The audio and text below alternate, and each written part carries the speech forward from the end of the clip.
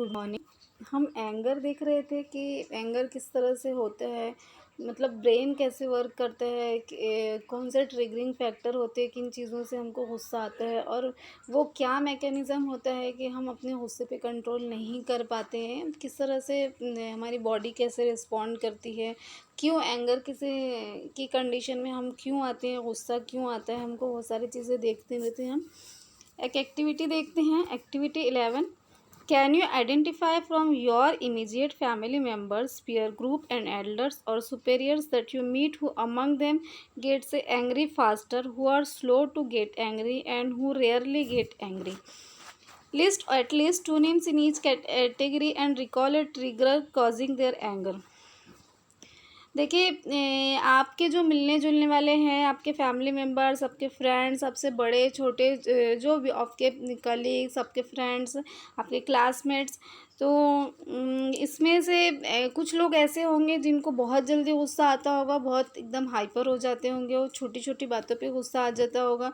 बहुत सारे ऐसे होंगे जिनको देर में गुस्सा आता होगा, मतलब इमीडिएट गुस्सा नहीं दिखाते वो, लेकिन गुस्सा आता है। और कुछ कुछ ऐसे होंगे जिनको बहुत ही कम, बहुत ही रेयरली ही किसी बात पर गुस्सा आता होगा।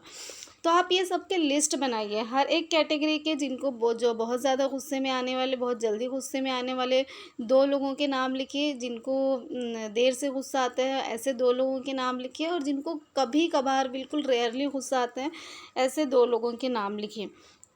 और फिर याद कीजिए कि वो कौन से ट्रिगर थे, कौन से फैक्टर्स थे जिसकी वजह से उनको गुस्सा आया।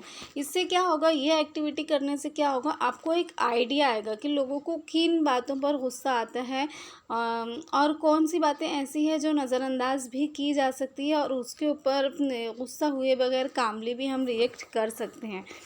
एक और एक्टिविटी देखते हैं, know, feel and grow. knowingly or unknowingly as humans we all come to situations and get angry। भले इसे जो जानते हुए या ना जानते हुए, दानिस्ता या ना दानिस्ता, कॉन्शियसली या अनकॉन्शियसली, या नोइंगली या अननोइंगली, हम सभी कब ऐसी कोई ना कोई सिचुएशन में फंस जाते हैं कि गुस्से में आ ही जाते, कोई ना कोई ऐसी सिचुएशन आती ही है। As a human being anger भी एक बहुत नेचुरल रिस्पॉन्स है। मैंने आपको पहले ही बताया था कि ये कोई निगेटिव या पॉजिटिव रिस्पॉन्स नहीं है, निगेटिव या पॉजिटिव स्टेट नहीं है, बल्कि बिल्कुल नेचुरल है। बस हमें ये देखना है कि वो कितना रैशनल है। अगर वो इरेशनल है तब वो निगेटिव होता है, अदरवाइज इसमें कुछ भी प्रॉब्लम नहीं, it's perfectly natural, it's quite natural. Depending on the level of self-awareness, the frequency of anger outburst will vary from person to person. आपका सेल्फ अवेयरनेस का क्या लेवल है, आप अपने आप को कितना जानते हैं और आप चीज़ों को कितने अच्छे से समझते हैं, इस पे ही डिपेंड करता है कि आपको गुस्सा कितना आ रहा है, कितनी जल्दी गुस्सा आ रहा है। तो ये पर्सन टू पर्सन वेरी करता है। हर एक इंसान का गुस्से का लेवल अलग अलग होता है। किसी को बहुत जल्दी गुस्सा आता है, किसी को बहुत देर से गुस्सा आता है, किसी को रेयरली गुस्सा आता है, किसी को फजूल बातों पर भी, छोटी छोटी बातों पर भी गुस्सा आ जाता है, किसी का गुस्सा बहुत ही हाइपर होता है, बहुत ही इंटेंसिव होता है। मतलब ऐसे भी जो जल्दी गुस्सा आने वाले लोगों में भी 2 कैटेगरी हो सकती है कि बहुत जल्दी गुस्सा आया लेकिन फिर तो फ़ौरन ही ठंडा भी हो गया, या गुस्सा तो आया बहुत जल्दी से लेकिन ऐसा कोई इंटेंसिव या एंटी सोशल रिएक्शन नहीं हुआ, एंटी सोशल रिस्पॉन्स नहीं आया। लेकिन कोई कोई ऐसे भी होते हैं जिनका गुस्सा बिल्कुल आउट ऑफ कंट्रोल होता है और गुस्से में आके सामने वाले के साथ में वॉयलेंट हो जाना, कुछ कुछ भी कोई ऐसा रॉन्ग डिसीजन ले लेना, ऐसा भी होता है। Here is a process to identify with yourself as you experience this strong emotion। यहाँ पे एक प्रोसेस दिया है जिससे आप आइडेंटिफाई कर सकते हो अपने इस इमोशन को, जब आप एक्सपीरियंस करते हो गुस्से का। Reflect and apply this grid to how your body reacts in an angry situation. देखते हैं हम कि गुस्सा आता है तो हमें क्या देखना है। सबसे पहले, how my physical appearance looks. जब गुस्सा आता है हमको तो हमारा फिज़िकल अपीयरेंस चेंज हो जाता है, हमारा चेहरा पूरा लाल हो जाता है, जो भवें हैं वो चढ़ जाती है, पेशानी पे बल पड़ जाते, तेवरी पेशानी पे लकीरें पड़ जाती है, एकदम जो नाक है, बहुत सारे लोग नाक को चढ़ा लेते हैं। मतलब एक बहुत ही बेकार सा लुक होने लगता है। हाउ माई बॉडी फील्स, और ये भी, और बहुत सारे लोग ऐसे भी होते हैं कि जिनको गुस्सा तो बहुत आता है लेकिन ऊपर से कुछ भी चेंजेस दिखाई नहीं देते, इतने स्टेबल उनके इमोशन होते हैं कि फेस से दिखाई नहीं देते कि वो अंदर से बहुत ज़्यादा गुस्से में। ना उनके चेहरे पे कोई लाली दिखती है, ना उनकी तेवरी चढ़ी हुई, ना उनकी पेशानी पे, फोrehead पे बल दिखते हैं उनके, नाक फुला रहे होते हैं, वो ऐसा कुछ भी नहीं होता। चेहरे से बिल्कुल कम दिखते हैं लेकिन अंदर से वो बहुत गुस्से में होते हैं। हाउ माई बॉडी फील्स, ये तो ठीक है अपियरेंस, ये तो सामने वाले आपको जज कर रहे हैं कि आप गुस्से में दिख रहे हो या नहीं दिख रहे हो, लेकिन जब गुस्सा आता है तो इंटरनली तो सब लोग एक जैसे ही फील करेंगे। जो आपको अंदर से कैसा लग रहा है जब गुस्सा आ रहा है, तो आपको हार्ट रेट आपकी बढ़ी हुई, पाल्पिटेशन आपको बढ़ी हुई लगती होगी, लगती ही है। और हलक सूखना या अलग से चेंजेस, बहुत सारे चेंजेस आपको आपकी बॉडी में फील हो सकते हैं। थिंग्स और वर्ड्स आई से व्हेन आई एम एंग्री, और ये सोचिए कि जब आप गुस्से में होते हैं तो कब क्या चीज़ें या क्या अल्फाज आप बोलते हैं, और हाउ आई बिहेव और एक्ट, और आप किस तरह से बिहेव करते हैं जब आप गुस्से में आते हैं। If you have discussed your experience in activity 11 and completed activity 10 and 13, you will understand the anger is expressed emotionally, cognitively, physically and behaviourally. जब ये जो सारी एक्टिविटीज़ हमने देखी तो इससे हम ये समझ सकते हैं कि जो एंगर है वो इमोशनली भी एक्सप्रेस होता है, आपकी फीलिंग्स दिखती है। कॉग्निटिवली एंगर, कॉग्निटिवली मतलब आप सोचते हैं उसके बारे में रैशनली कि ठीक, मैं शुरुआत से ही बता रही हूँ आपको कि एंगर ऐसा कोई निगेटिव इमोशन नहीं है, लेकिन वो कितना रैशनली है ये उस पर डिपेंड करता है कि वो निगेटिव है या पॉजिटिव है, या वो अच्छा है या बुरा है। बहुत से अगर कहीं बहुत ज़्यादा इनजस्टिस हो रहा है, कहीं वाकई में चीज़ें बहुत गलत हो रही है, तो इट शुड भी, गुस्सा आना भी चाहिए।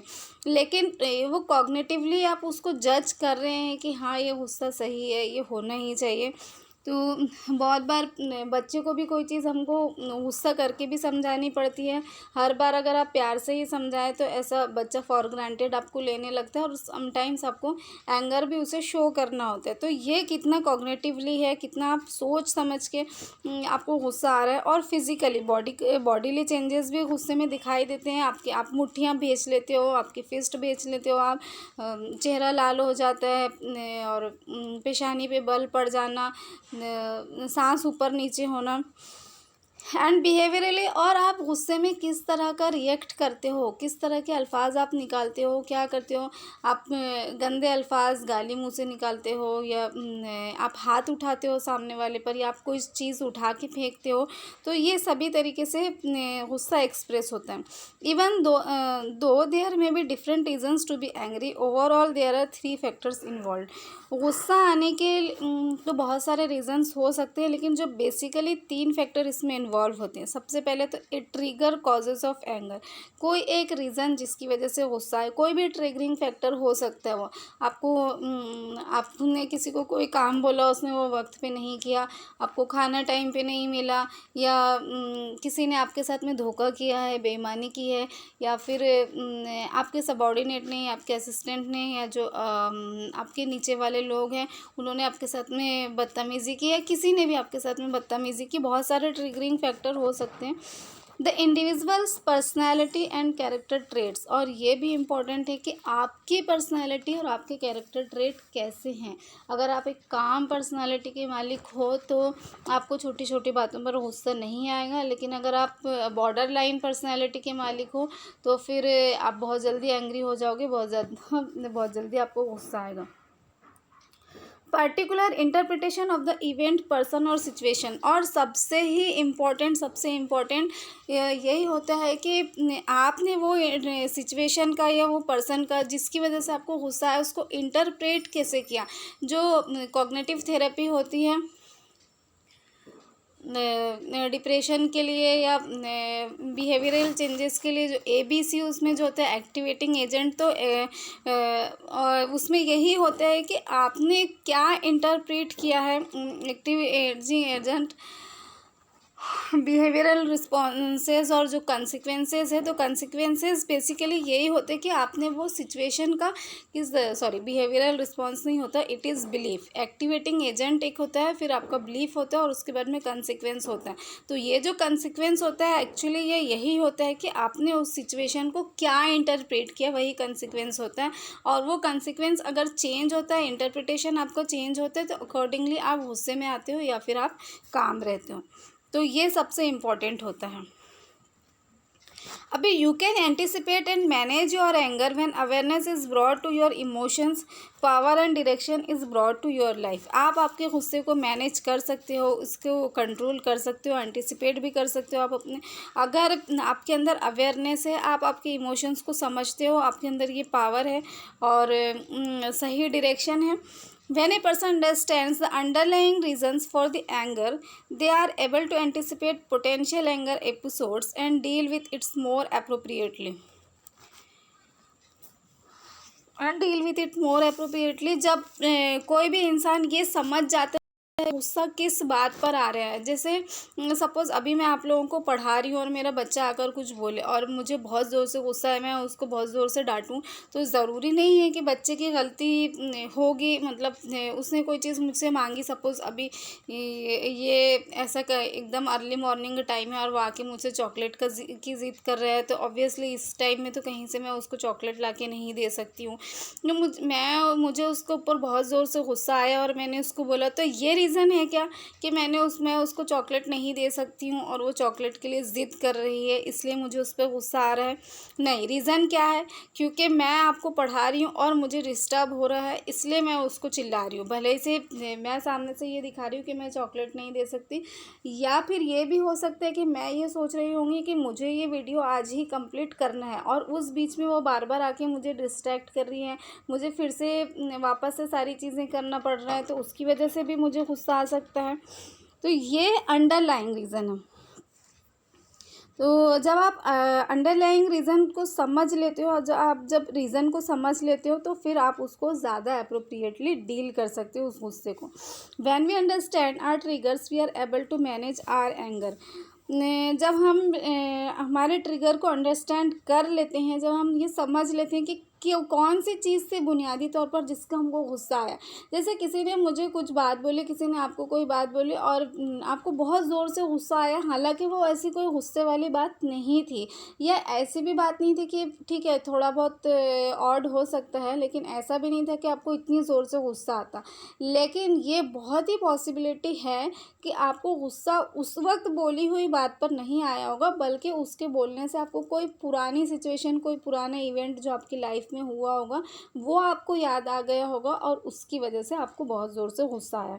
तो ये इम्पॉर्टेंट होता है कि आप आपके ट्रिगर को समझें, किस वजह से ये गुस्सा आ रहा है।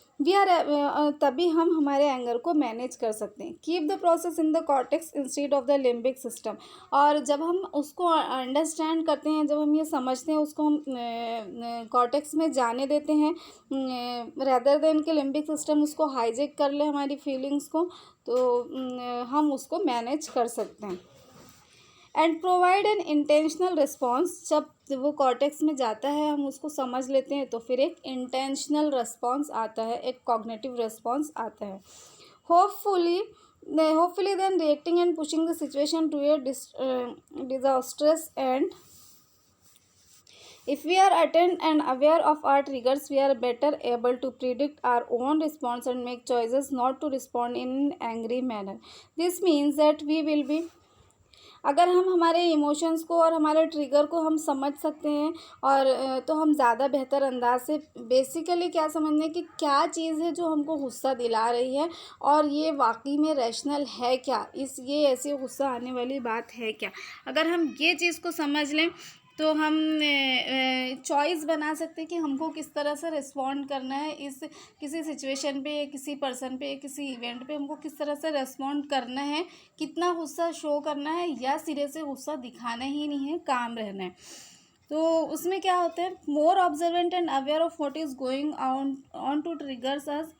हम ज़्यादा ऑब्जर्वेंट हो जाते हैं, अवेयर हो जाते हैं जो ट्रिगरिंग फैक्टर है, Take measures to talk ourselves into a more acceptable response that will allow us to be in control of how we are responding to the situation by avoiding intentionally and uncalled for reaction. साथ ही हम वो measure ले सकते हैं कि हमको किस तरह से रिस्पॉन्स करना है और हम खुद को अलाउ कितना हमको रिस्पॉन्ड करने के लिए कितना खुद को अलाउ करना है कि कौन से वर्ड्स बोलने चाहिए, मुंह से निकालने चाहिए, कौन से नहीं निकालने चाहिए, वॉयलेंट होना चाहिए या नहीं होना चाहिए। ये सारी चीज़ें जब भी होती हैं कि जब हम उसके लिए मेज़र लेते हैं, जब हम अपने आप से बात करते हैं कि वाकई ये सिचुएशन कितनी गुस्से वाली है या नहीं है। अब एंगर को किस तरह से मैनेज करेंगे ये हम इंशाल्लाह नेक्स्ट वीडियो में देखेंगे। Have a good day.